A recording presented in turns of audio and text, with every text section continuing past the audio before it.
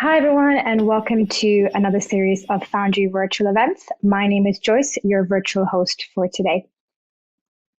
I'm really excited to welcome three of our guest panelists for today's webinar. We've got Sumira, Dhawan, Head of CG at Industrial Brothers, Ryan North, Principal Compositing Artist at Mainframe Studios, and Izzy Genova, Compositing Supervisor at Jellyfish Pictures. Welcome, and thank you so much for joining today's panel.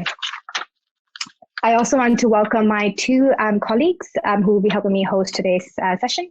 Juan Salazar, Senior Creative Product Manager, and Jonathan Ekstad, Senior Product Innovation Manager here at Foundry. So welcome, guys, and thank you for helping me out for today's webinar.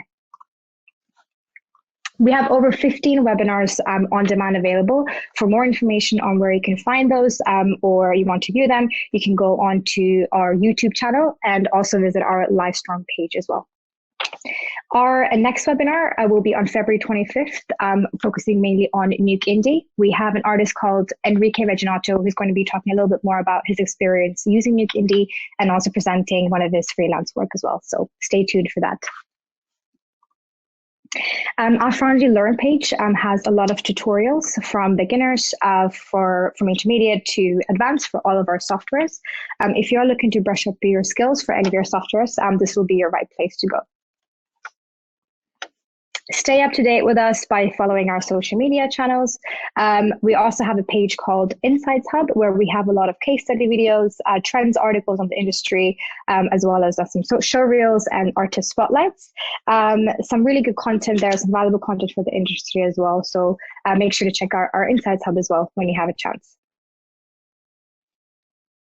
We've been seeing some fantastic work on our social media as well, and we want to make sure we keep up with those as well. So if you are looking to, or if you're posting your artwork, your freelance work, your project or anything, and you've used one of our software, make sure you tag us with one of those hashtags on the bottom as well. We want to make sure we keep up with them. We want to help you promote your brand and your artwork as well to the whole world. So don't forget to tag us. Lastly, a massive thank you to all of our partners, studios, and speakers who so far have participated in Foundry virtual events.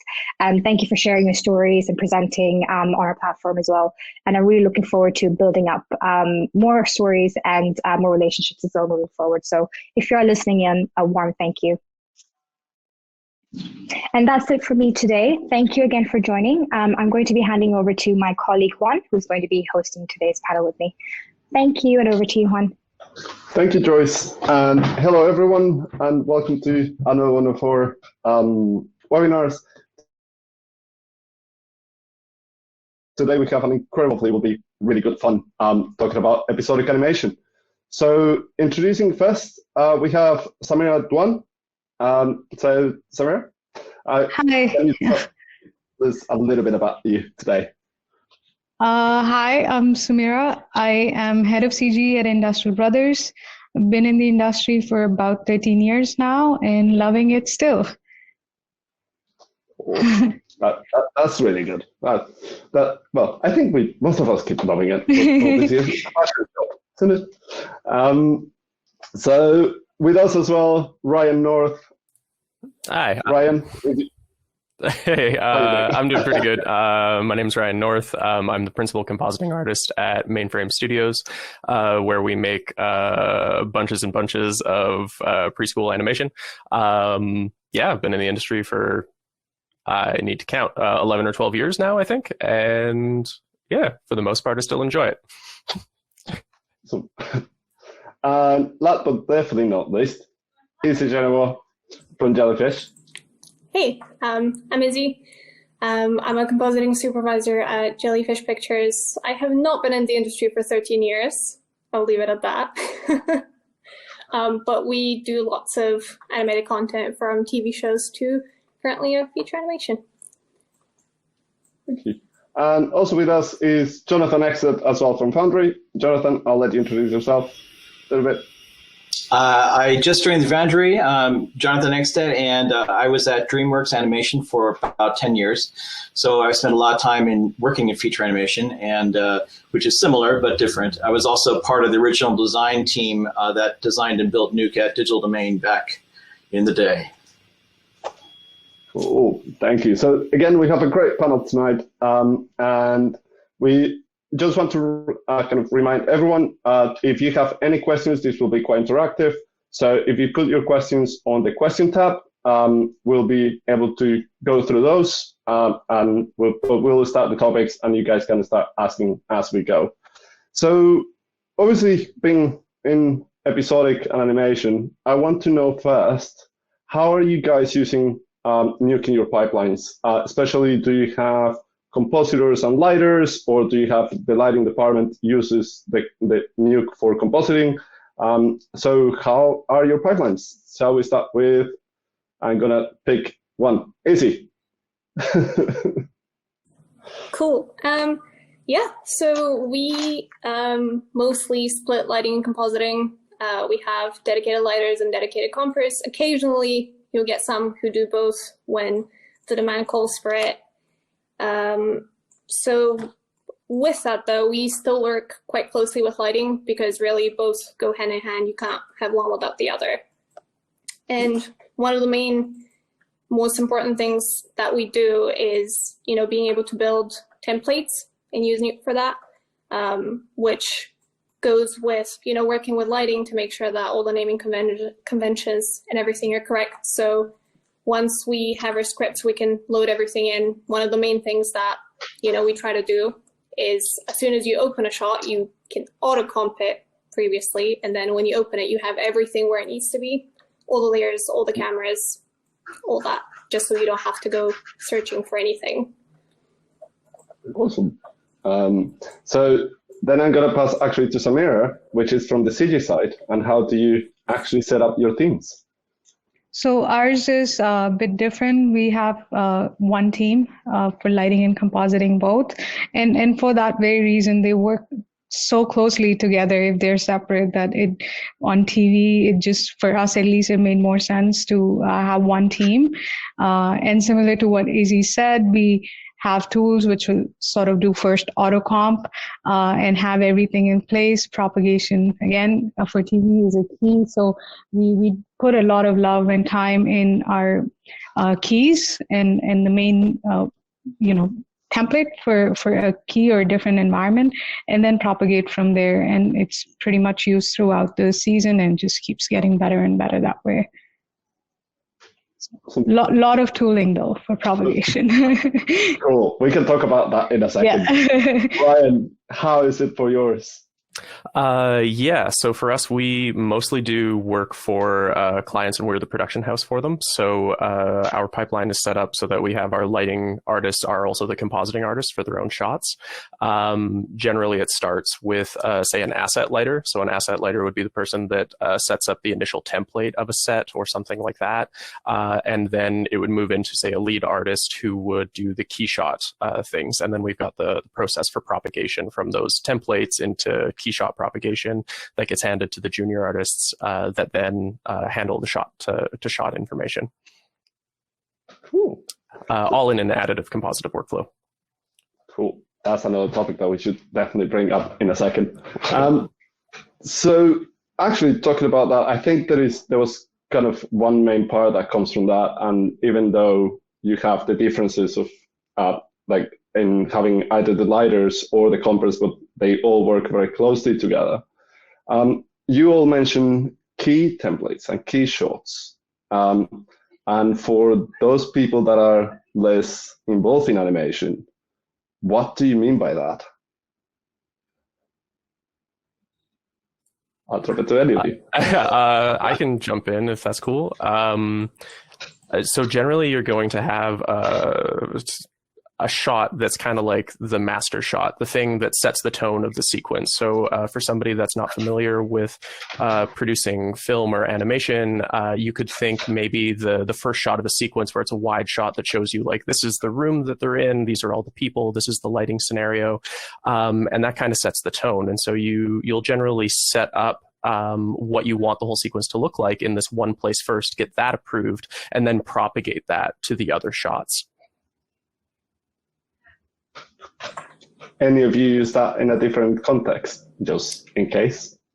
Well, I guess just to add that sometimes it's a little bit thorny because, you're having to set the look, but in our case, you also have to set the working template for people. So oftentimes the master shots or the key shots would be the ones that are a little bit trickier, the ones where you need to do some problem solving.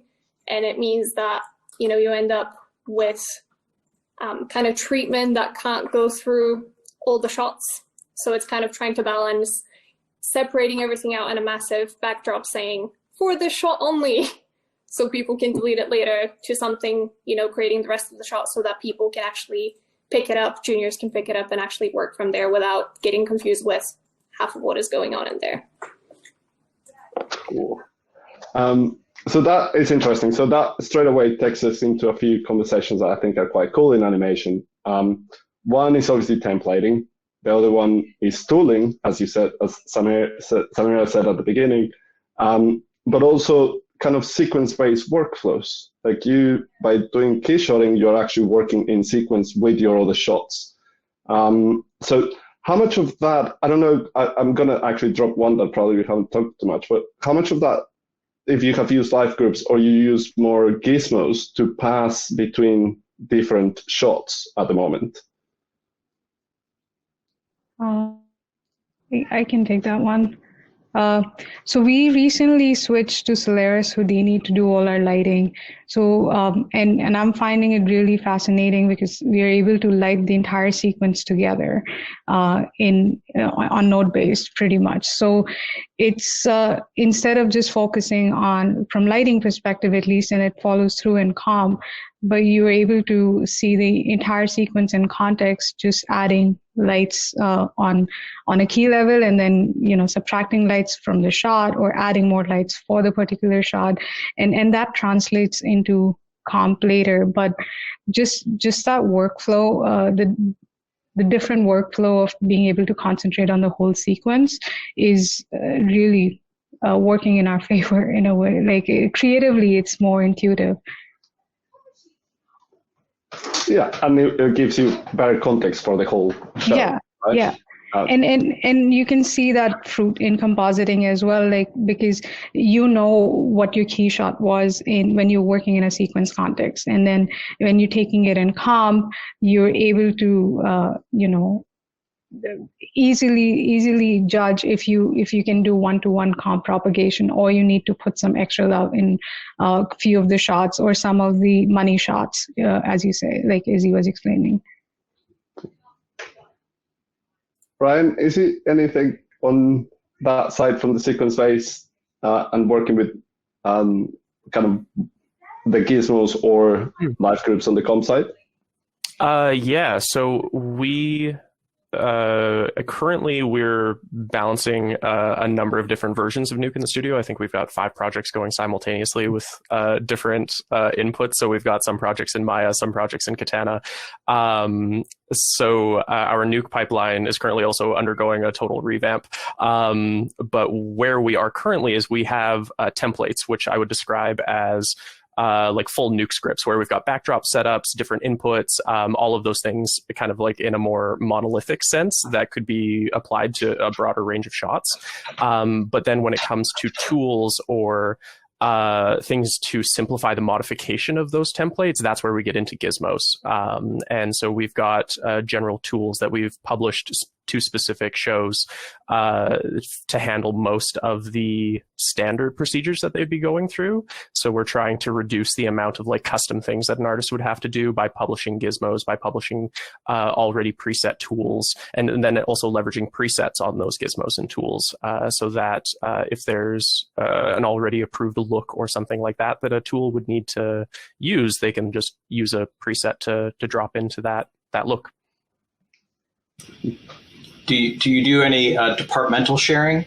Like for example, matte painting will deliver a chunk of script for a sequence of shots using gizmos, or effects generating some kind of particle effect, and wrap that into a gizmo to deliver that to a series of shots? Or do you usually have the effects artists and matte painters kind of working in the same scripts? Yeah, so Map paintings is an interesting thing to bring up in terms of episodic animation due to like quantity of shots and the ability to have it work across so many shots.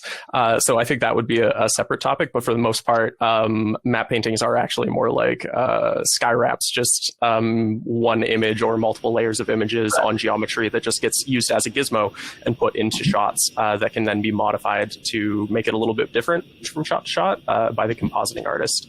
But about the interdepartmental thing, yes, absolutely. So say we have a standard effects asset that is in a sequence, we would have the effects artist be able to refine that look, do their own modifications to the compositing side of things, package that as a gizmo, and then include that gizmo in the lighting template for the Nuke side of things. So then the amount of like shot-to-shot work that the effects artist has to do is reduced because it's already done and just gets applied automatically. Anything else?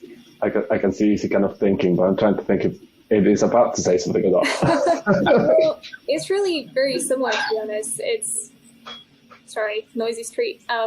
It's very similar in the sense that I guess the one thing is making sure that you don't have gizmos kicking around that no one's actually using. That's one of the main things that I always find incredibly frustrating is when you have many projects, you build and build and build and build. Half the time you end up with things that nobody uses, nobody knows about. But then sometimes you also end up with, useful things being buried underneath somewhere, and someone who made it like 5 years ago is no longer there. So when it comes to gizmos and like all that, I think, keeping it clean and making sure that everything stays, where it should be and everyone is aware is like very important. I could add in or build on that if that's cool. Yeah. Part of our current work that we're doing in pipeline at Mainframe is to revamp how we go about using gizmos, and also building in the functionality for live groups as well, specifically through like a versioning system, so that we have more control, more ability to make sure that while 100 different artists are using this gizmo, if something changes but it would impact somebody else's sequence, that it doesn't automatically make those changes. Because like when I joined Mainframe again 2 years ago, we had gone through 10 years of using Nuke, something like that. So the amount of gizmos, the amount of tools, the amount of things that had that had become outdated, that were still in the system was absolutely massive.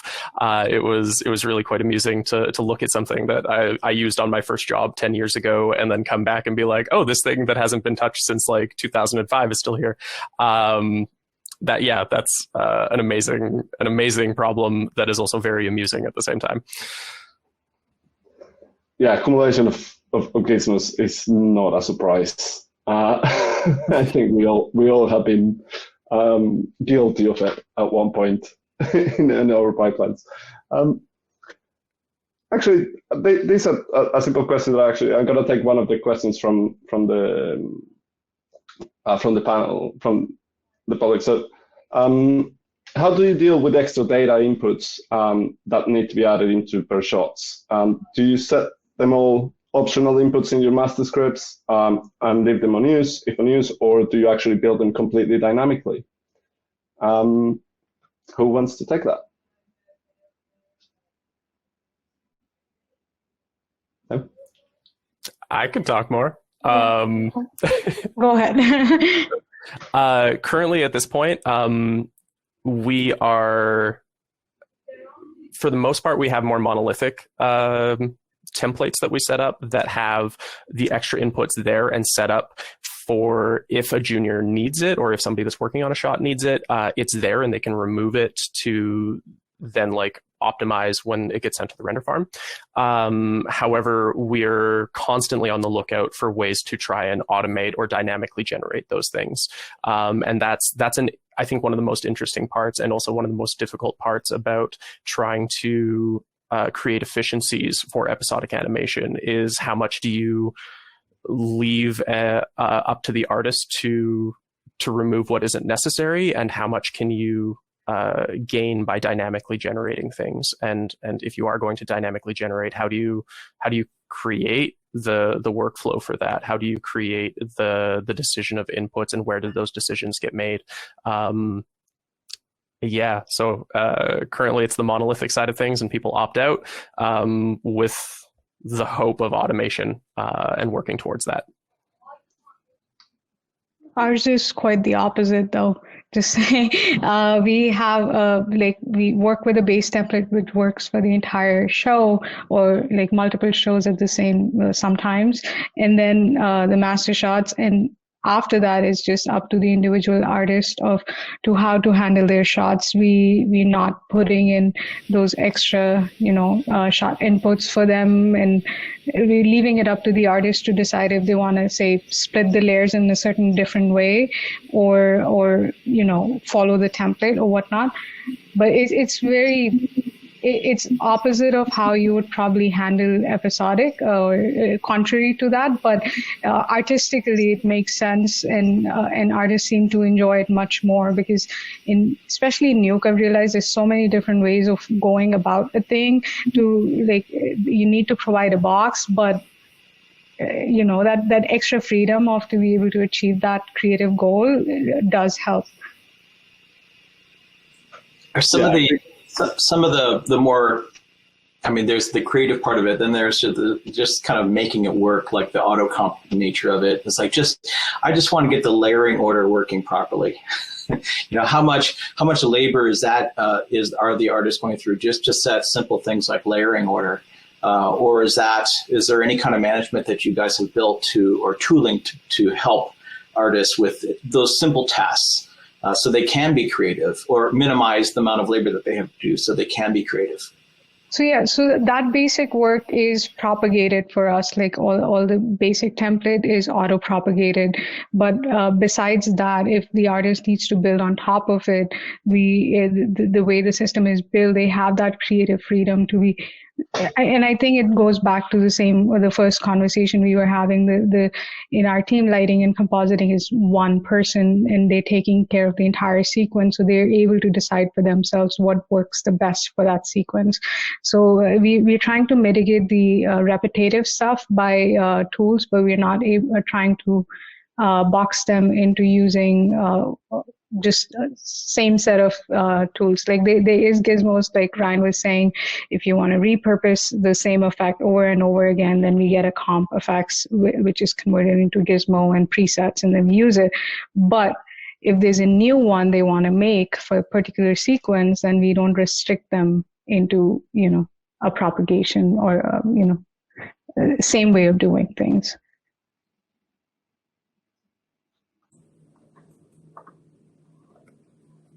It's funny, like listening to both of that, I think we try to strike a happy medium, which I think mostly comes from the fact that, we do split light and comp.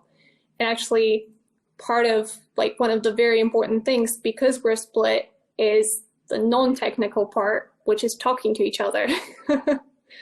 But, apart from that, creating the naming conventions, and also when you split things into layers, if you're comping your own shots, you can make that decision yourself. Some lighters, on our side do no comp, some don't necessarily, some it's just not their favorite thing to do. So trying to, set up things always the same way. For example, you're going to have, character 1 is always going to be main, central focal plane, and then, you go through in depth.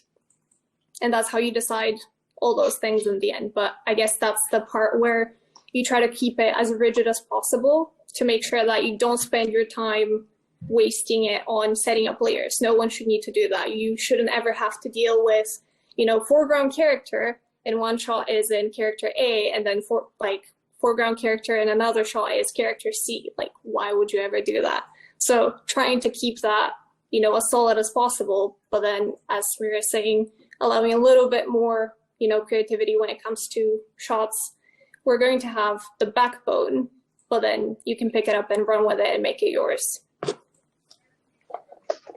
Cool. So definitely the idea is to find the good middle, to find creativity in the shots, right? And get to the best point of that.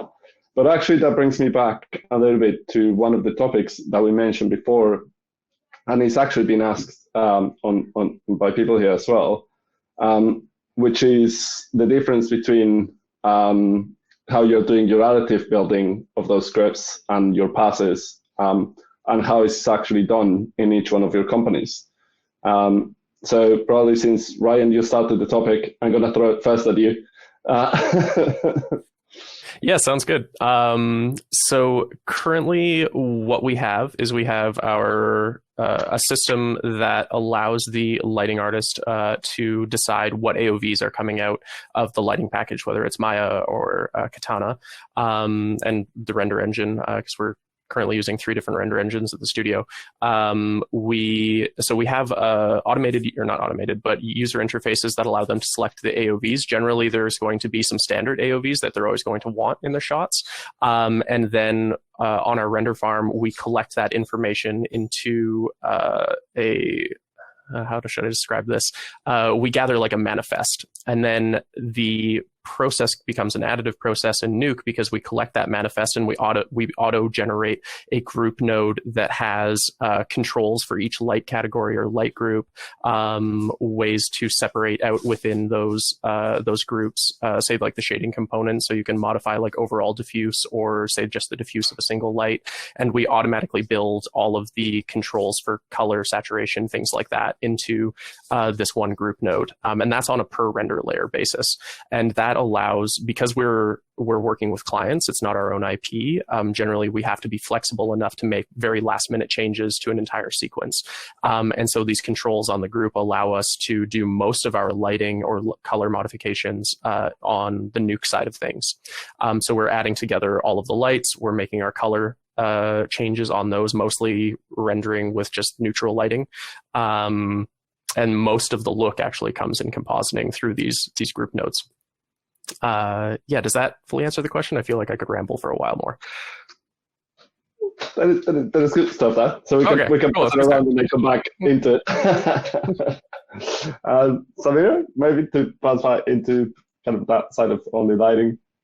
The way Ryan is describing is the only way pretty much I worked prior to this job. At the other studios, it's pretty amazing. Like what he's describing is creatively very intuitive and complex. You don't have to keep re-rendering, which is super expensive, and you can handle a lot of look dev and a lot of fixes in comp as well. But we also realized that then everything is comp's problem. Like everything gets, let's fix it in comp. I want a t-shirt that says fix it in comp. And with that pipeline, you're able to do that. Recently, though, we have switched it around. We do a lot of our lighting and light fixes or shader fixes or things like that in our in lighting or in surfacing, just because like we are able to switch to Houdini and the sequence-based lighting I was talking to you about. It just economically it makes sense for us to do it in the front end. But I'm a fan of both systems. It has pros and cons, and I've worked in both systems, and it's and with the legacy of Mainframe as a studio, it just I have no there's so many pros and cons for both that there's I can't pick. So I'll let Izzy vote on it.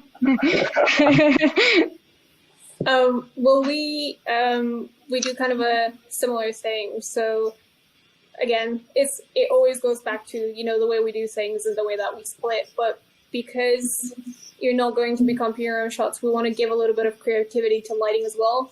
We don't want to say, make this as bland as possible, we'll fix it in comp. That'd be my nightmare. And that would be like lighting's nightmare as well. So, because in lighting, you're already juggling so much, like ingest from everywhere else up to that point. So, injecting a little bit of creativity that, they can do, and then we don't have to fix it in comp for no reason, really, especially, say on our TV, on the TV show that I work on, we use Redshift. So, Redshift is quick, and, you can afford to actually go back and change it and make it look better and lay really solid groundwork for comp afterwards. And quickly peeking at the chat, like I'm sure we'll go back to this later, but with the demand of how many shots comp needs to do, sometimes it's just not viable to tell them, oh, you need, on top of your 12 to 14 shots, you need to, like relight this entire thing for every one of them. So from that perspective, like just trying to give creativity to everyone, but also keep everyone sane. Has anyone, sorry. No, go on, Jonathan. I was actually going to pass it to you. I was going to ask, has anyone been using subtractive modification, AOV modification methodologies? I take that as a no. We're actually in the process of redeveloping our pipeline, and we're moving to subtractive workflow. Yeah, we're in the middle of doing that simply because we're trying to get to a point where we're using reduced amount of layers and to leverage GPU rendering as efficiently as possible. And part of that, and part of just like the growth that we've seen at our studio, we kind of need to do that just from like the storage space standpoint. It's expensive to render so many AOVs and store all of those things when you've got like 5 shows running simultaneously and like somewhere between 80 and 100 artists constantly outputting things. Yeah, so we're in the process of moving to it. You also have to be very careful about when you're doing additive that you have to make sure your shaders are splitting out the AOVs properly so that they don't add incorrectly, right? And you have to make sure you have contributions. Well, that's the one advantage to doing subtractive is that you can render out your final beauty and then only render the AOVs that you need to modify. And that's a big advantage to the subtractive methodology is after the fact, you could render out your beauty and then after the fact, you can render a modification AOV and just use that as a correction. That's how we're working on the current project we have right now in-house. But even it depends if you're working with multiple studios at the same time and how they like to work as well. So it's in the past, we've had to modify the pipeline just because we were working with a co-production studio or an outsourced studio. Like having the control of being able, we mostly work on our own IP. So this particular show, we are able to define it, like it made sense for us for every single way. Plus with using Redshift, this subtractive methodology made more sense. But on the previous project, it just didn't make sense because the core team who was doing the main, like we were just doing the key lighting, key compositing, but the team in the co-production studio, the outsourced studio were mainly used to the additive method of working. So we had to work with them and provide them the key comps in their system. So they're able to produce the quantity we wanted them to produce. Right. That makes sense. Cool. So since we're talking about a little bit kind of rendering a little bit, one of the things that is being asked, there is 2 things that I'm going to pop up. The first one is anyone using Unreal or any real-time engines at the moment to do your episodic animation or passing that through? I don't know if I'm allowed to say. That is fair. Would that be a yes? Well, I'll say that, we're definitely kind of experimenting, for not necessarily for full shows. It's still in the process of, just seeing what happens. Only recently, my friend who does that side of things was telling me about, the updates they've had recently, which would have saved so much headache because, it doesn't behave like Redshift or Arnold or like any of the standard renderers. It is so different. And, thinking of it the same way, like you can't build a compositing workflow the same way that you would build it for anything else. So that's, yeah.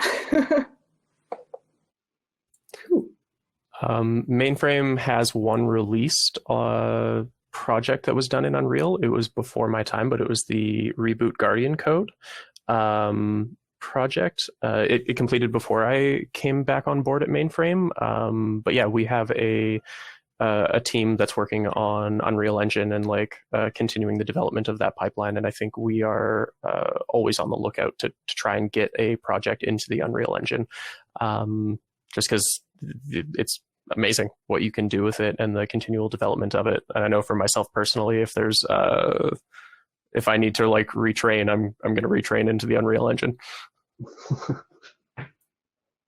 Cool. All right. So actually, to move back into kind of more of the artistic side in a sense, what is, you think, your biggest challenge when you're working on TV episodic animation? Is there anything that is the biggest challenge for you right now on those? Is it time? Is it quality? Where is it? Where is your biggest pain point? I can start the conversation or discussion. I think it's going to be more like a discussion. The expectation from TV, especially with the new medium of Netflix and Amazon and Crave, the expectation is that it should look, if not like films, better than films, because there's more eyes on it. It's 4K, it's Ultra HD, everything, all bells and whistles. But with the TV timeline and TV budget, that's the challenge. And I personally, that's why I've been wanting to move our TV projects to Nuke, because it does help achieve that quality, but it's a challenge. The quantity of shots you have to produce on weekly basis, it's, like Izzy was saying, 12 shots a day or a week? A day, right? 12, 14 a day. Yeah, so we are at about 10 a week on this one, but that's a lot too for us, lighting and comp together. But it's, that kind of quantity push is, with the quality expectation, is our biggest challenge, or I think everybody's challenge. Lucy, Ryan, same? Yeah, I think that definitely is one of the main ones, especially because that's one of the main things that always gets me, is that because people in our industry generally love what they do, I'm definitely guilty of it, that even though I know I probably shouldn't push as hard as I do to get, the look I do it regardless. So then when you show something really good looking to someone, then they'll ask for all the rest of it to look that way, even if it's supposed to be for a single shot, every single time. They'll be like, oh, can we have that on this whole sequence now? So I think, that, and kind of, I guess it's on a more personal level, but, battling with the inside of me being like, I want to make this look as good as possible, to keeping in line with budget and time and what everyone else can achieve. So, maintaining a quality that can be achievable, not only, by me, but by the rest of the team as well. Makes sense. Yeah, I'm gonna echo those things as well. The biggest challenge is budget and time versus quality. There's the constant push to have even preschool shows look amazing. And because of that, the features that are generally requested with it, with that being, say, full XGen or whatever propagation system you're using, so, grass in the backgrounds, furry characters, simulation on those things, that leading into just the complexity of scripts as well, the amount of locations, it's huge. Those are the issues. And Nuke is the only reason that I think Mainframe is able to output those things. I've worked in episodic animation in competing software, and it's not okay for somebody's sanity, is the best way that I could put it.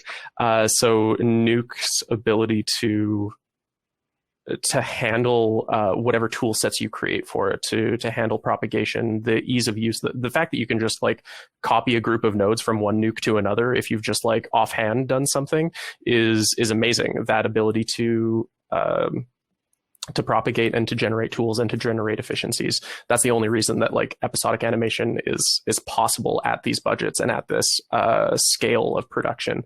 If Nuke or a software like it wasn't available, we would not have the amount of content on Netflix that we have, is how I would go and say that.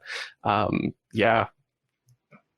I also want to add my speed experience with competitive software working on episodic, and I won't name names here, but there's been software where you open similar network, just A+B comps, and it would take just forever to open the compositing script, and then it'll take 10 times as long to render exactly the same additive comp as compared to Nuke. So just that computing power or just being able to open and operate your network and being able to just do that has added. But again, like I'm talking 7 years ago, and now things have changed. But it's the quantity expectation is something I think can only be handled by certain softwares right now, at least in comp. Are you finding resolution as well to be a big challenge? Higher resolutions obviously take longer, takes more Absolutely. memory. Yeah, it's the general expectation is minimum 2K now. A lot of clients are pushing for 4K for TV, and some preschool shows as well as 2K now. It's that kind of expectation does not go hand in hand with the traditional comps we were doing even 2 years ago. It's changed so much that and with like studios like we are at, all three of us, and I hope I think they'll agree, the different shows have such different looks. To be able to use the same software and kind of carry forward the tools throughout the pipeline becomes important. There are other tools in the market, but then you can do show A with it, but then you cannot do show B.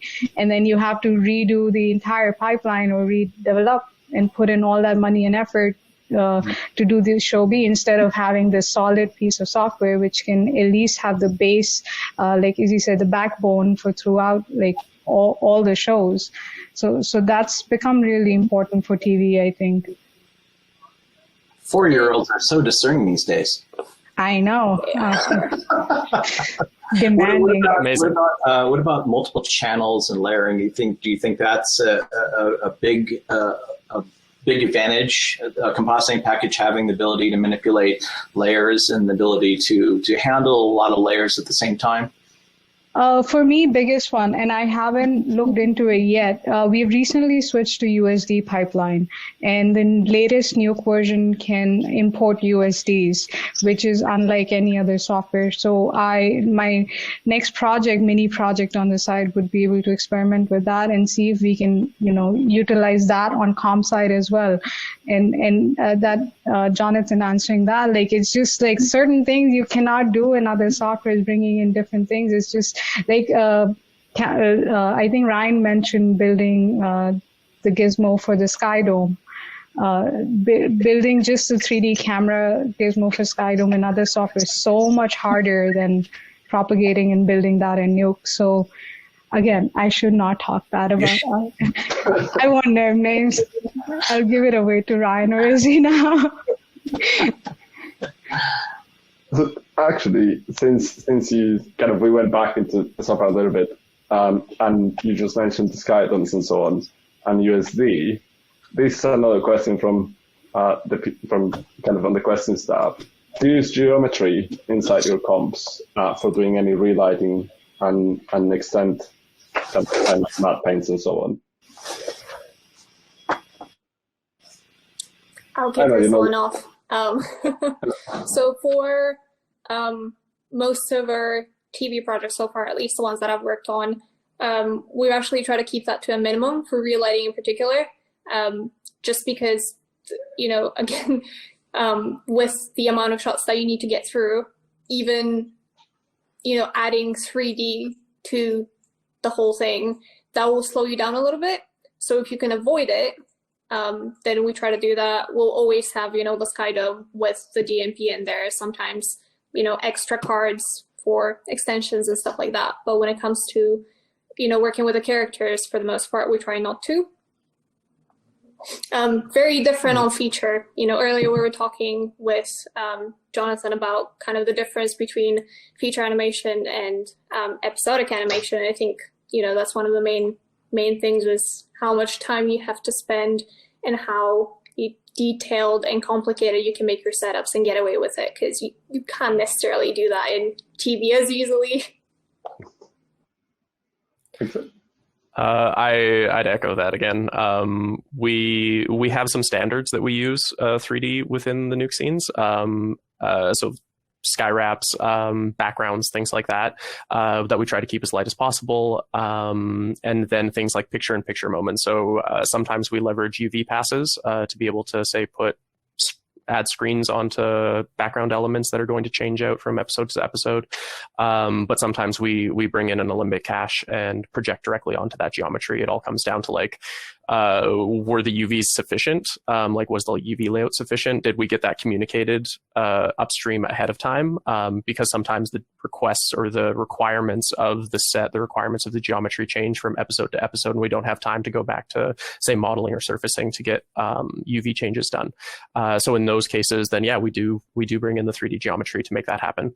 But I definitely wanted to agree with the point of trying to stay away from making modifications to characters. And that goes into especially when you're working with furry characters and things like that, the amount of complexity, the amount of ability to create accurate relighting becomes complicated, and the requirements of the artist and knowledge of the artist that is handling it goes up. So generally, if you're going to start doing that, you need more experienced artists, and that goes back to the conversation about budget overall on things. But yeah, generally the motto of let the render engine do what it's good at. If you can, anytime you get the ability to let the render engine do what it's good at, that's going to get you a better picture overall. I just want to say that I agree with everything they said.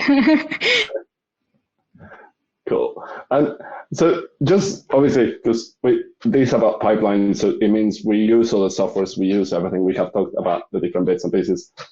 But there is actually, so because not everything is negative about everyone, and this one is for you, Sumira, on why did you guys actually pick Houdini as your main lighting tool? So you don't need to go depth into it, but just more what is the bits that you were mentioning at the beginning about kind of how you were using it? So I'm going to be very honest here. I was on mat leave when this transition happened for the studio for 6 months.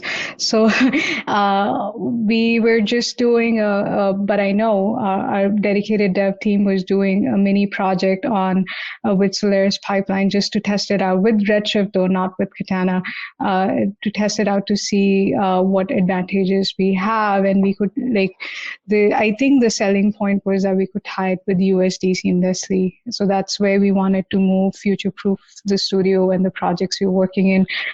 Again, some of the higher-end projects that were coming in required that kind of solid pipeline base. And the decision was driven by basically USD to move towards Houdini lighting instead of Maya, traditional lighting.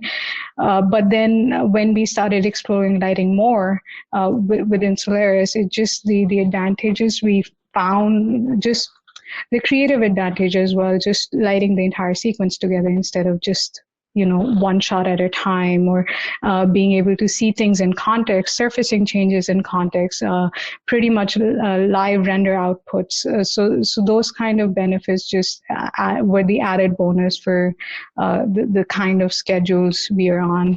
And yeah, I hope I answered that question. I can't see who asked the question, but. Actually, I cannot see who asked it either. Okay. But actually, that because we talked a little bit, we have mentioned it a little bit around is about USD. So actually, someone is asking if you already have implemented any USD in your pipelines, or what does USD bring to your studio pipelines? Please tell me, Mr. There. Oh my God, there's so much. There has been a big, or there needed to be a big mentality shift with USD pipeline. What we could do and what we are doing is when a shot is published in layout, we are able to light it at the same time. And then the multiple departments like layout, animation, surfacing, and lighting, they're all working at the same time on the same sequence instead of the linear way where, this animation has to completely be done for lighting to be able to touch it, and to update it, it's a big time consumption. But in this case, it's pretty much live updates you get. So it's not like one thing as person coming from lighting and compositing background has realized that the pressure, that time crunch that lighting and compositing faces has been elevated completely. Like, it's not like, animation takes more time, layout takes more time, and then lighting and comp is just squish, squish, squish. It's the other way around now. The focus has shifted to actually, departments being able to spend as much time as, or the proper amount of time they're supposed to spend. And that's thankfully to the USD pipeline. The other big shift that has happened is the dailies workflow. So now we are able to pretty much view every single shot we worked on daily basis. The renders go overnight, and we're pretty much rendering every single shot, even with the smallest surfacing change or animation change or camera change, every single night. And again, we're able to do that because we have USD and we have Redshift. The renders are so fast, and the USD environment that lets us do that. But mentally, it's a huge change for an artist to know that, okay, what we are viewing with the director every single day is not the final comp, or I'm not going to get retakes on it. It's work in progress always, because there's 4 different departments actively working on the same shot. So there's a lot of creative benefits, and we've realized that the team as a whole is working better together creatively. It's not departmentalized. It's more like, this is a sequence team. This sequence team works on this sequence together. Instead of my layout job is done, whatever fixes have to be done, animation takes that on, and then piled on to shot filing, and then piled on to lighting, and then comp fixes everything. So that mentality. It definitely helps. It helps to promote a sense of sharing in a community within, but it does require a certain amount of rigorous design, or you can't do the crazy stuff that you used to do. It's like you have to you have to organize better, right? You have to get a bit more organized. It is a lot of, like, again, you need a bigger production management team to be able to handle a workflow like this. But what I've realized is within the same time, and I think I'm oversimplifying this, but within the same time frame, we are able to produce at least the 4 times quality we were producing on the last show.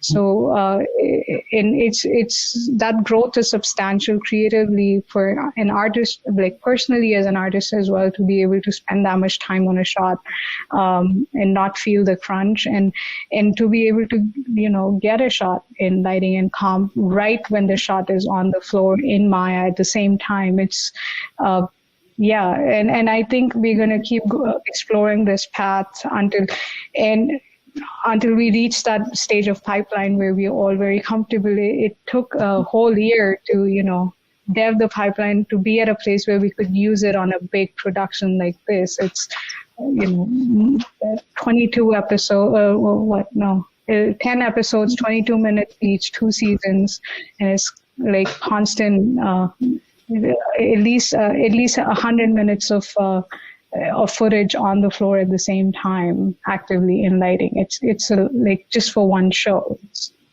It's pretty cool. That's super good.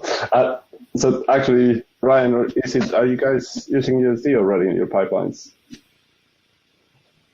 In progress at the minute. We're currently having to deal with a lot of ingest for, not for TV necessarily, but, receiving lots of USDs. And then from here, we're kind of seeing how useful that will be to be able to integrate and build. So to be continued. definitely, one of the things that you mentioned, Sumira, from the perspective of kind of getting everyone closer together and just, facilitating that teamwork, that's an extra bonus point, because you never really think about it very much, but sometimes you end up having, someone's always annoyed at the department before them. And, when you're all working on the same thing at the same time, I feel like that probably kind of evens out a little bit. Yeah, that's something that was a fascinating thing for me to hear about. I think the reinstating of the collaborative nature of animation and filmmaking is something that would be magnificent. To have a workflow that creates that and to helps foster that is fantastic, because as you were both saying, the like siloing off of departments, the frustrations that come with like being someone further down the pipeline that then is looking back and shaking their fist at them. Yeah, that's something that I've seen at almost every studio. And so the ability to like bring it back to a collaborative thing, I think that's why most people get into animation, is they want to work with people. We have our specialties, but like we're all appreciative of the fascinating things that the people in other departments do. Which is a big segue into, no, we don't use USD. We're fascinated by it. We would like to look into it more, but we're a studio that's been around for a long time. We have a large pipeline that's pretty robust already built up. And so there needs to be more development on USD before we're going to continue switching into that. But we've got our eye on it at all times. Oh, makes sense. Cool. So actually, just to finish on the USD, and is a little bit just because I saw the question, and I'm just gonna use it to reply very quickly. USD, Nuke, and Hydra. Yes.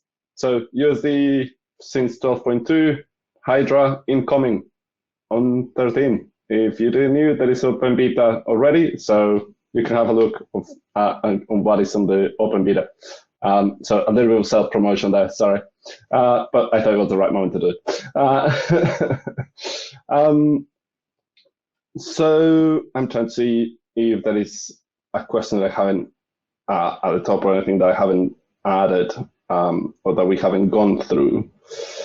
Ooh, you didn't want to touch too much on this. So I'm going to put it up, but we're going to keep it simple. All right? In which color space you work? I could jump in and just give like an overview of the process at Mainframe. Currently, from the asset side of things, it's like a linear gamma workflow, and that goes all the way into Nuke, at which point we output using the OCIO kind of like methodology. We apply a LUT on output from Nuke, and then that gets passed to our editors. Some of the shows go to a color timing department after that, depending on the show and whether or not that's in the budget. But that's generally how that's managed. And in terms of how lighting comp artists engage with color management on the floor, because of Nuke's ability to have presets per project or per like show environment, all of those things are already handled by default when an artist loads Nuke. So the correct LUT is applied to the viewers. The right nodes have already been set up by default with presets to make sure that the correct color space is being applied on output. And then as a studio, we give them color managed monitors to take home with them for the work from home situation currently. Is anyone working in a wider gamut like ACEs or playing with that kind of thing? Not for the animation TV shows. We've done that for some of the VFX shows. One of the Netflix shows that we did, because sometimes they require that. But I personally would love to dig in. I feel like some people might think that it's a bit excessive, but at the same time, it's very fascinating and lots of fun. So hoping to get there at some point. I know that, a lot of other people in the studio have their eyes on it. I keep occasionally get links about like a new ACES webinar and like send another one. But I think things are changing. Like Netflix is requiring ACES deliveries, but that's not necessarily what you need to be actually mastering in. You can be working in another color space and deliver ACES, but yeah. For us, but, again, like USD. In it. It's something that we're looking at. It's the wider gamut is, for lighting comp people, always going to be something that we're going to go like, ooh, shiny, because the ability to have contrast, the ability to push those values is something that is always going to be fantastic. And then going back to like the overall quality push for episodic animation, no matter the age range,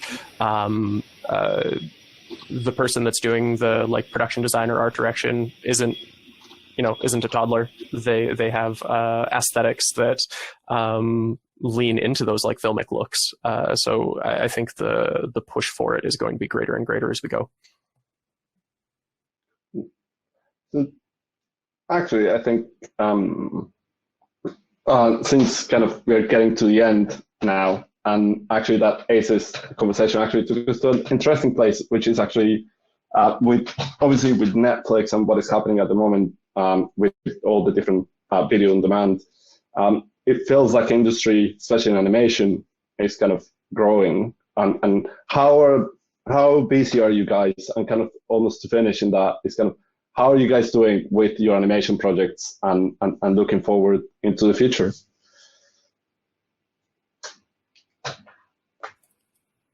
I'll jump in again.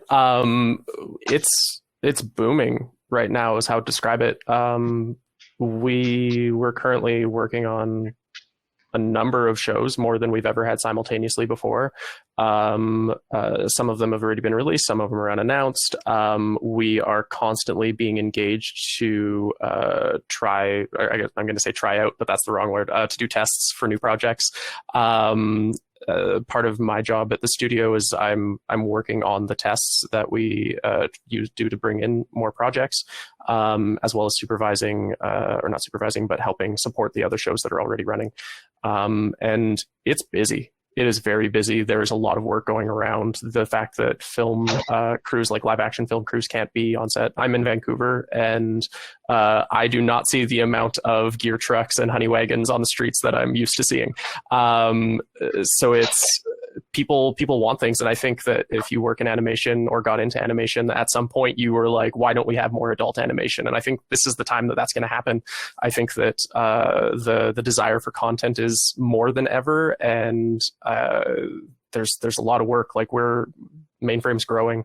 And like, I think everybody needs people is where we're at. I just want to add to that a little bit, like that, because of that exact reason, the demand for IPs have increased as well substantially. People want more content, original content.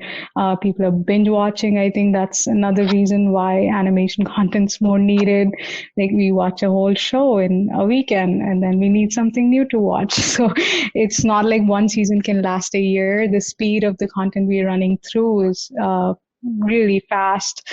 And yeah, it's just not even just in Canada or US. It's booming everywhere. You can see new projects popping throughout, new collaborations. Like we have collaborated with a studio in Ireland. We've collaborated with a studio in Indonesia. There's so much amazing stuff coming in the pipe, that and new kind of stuff. Like the lines have blurred so much. Like I love how people say that the new Jungle Book is live action. It's animation. It's not live action, right? So those lines have blurred so much that the live action doesn't mean live action anymore, and animation doesn't mean just cartoon anymore. So in that respect, it's everywhere, pretty much everywhere, in everybody's mind and lives. Yeah, for us as well, it's a very exciting time. There's lots to do, and also I think we're especially taking the opportunity to work on some original IP as well, do some tests, as Ryan said. I've had the pleasure of working on some of them with Jellyfish. And it's just, everyone is busy and everywhere is producing. I think, both of you guys have kind of talked to the extent of that. So yeah. Well, that is great to hear. That obviously hearing that the industry is going up, that you're all full of work. Your work is amazing. In that, thank you very much, guys. You've been amazing. It's amazing to have a panel with you guys. Thank you for your time, also because we know you're very busy. So this was amazing. Thank you, everyone, for joining us tonight or today, early morning, whatever time it is that you're watching this. And thank you, Jonathan, as well, for joining us on this. So everyone, thank you very much.